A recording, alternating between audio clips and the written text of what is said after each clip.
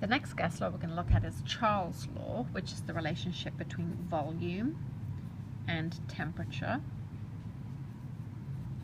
at constant pressure and amount of gas. And the important thing to remember when you're doing gas laws is that the temperature must be in Kelvin. Okay, so as the Kelvin temperature goes up, the volume goes up. As the Kelvin temperature goes down, the volume goes down, and that leaves us with V1 over T1 equals V2 over T2 as our Charles' law equation. So let's do the worksheet problem for Charles' law. Okay, a balloon is submerged in liquid nitrogen and cooled from 298 to 77 K. If the initial volume of the balloon is 2.9 liters, what is its volume upon cooling? So as usual, make a data table. V1, T1, V2, and T2. Okay, so initial volume of the balloon is 2.9 liters.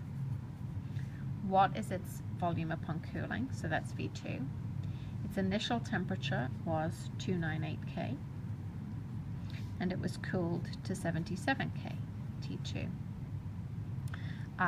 Temperature went down, so we'd expect the volume to also go down. Our equation is V1 over T1 equals V2 over T2.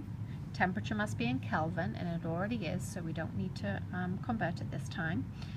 We're looking for V2, so to get V2 on its own, multiply both sides by T2. So V2 is equal to V1 T2 over T1. T2 has to go up here. And plug it in. 2.9 liters multiplied by 77 Kelvin divided by T1, 298 Kelvin. Kelvin cancels, and we are left with liters.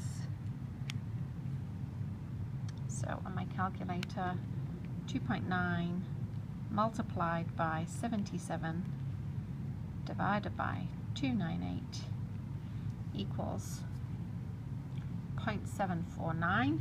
We've got 2 sig figs and 2 sig figs, so we're going to round that to 0.75 liters, and that is our final volume. We expected our volume to go down. It was 2.9, it's now 0.75, so it went down, so that makes sense.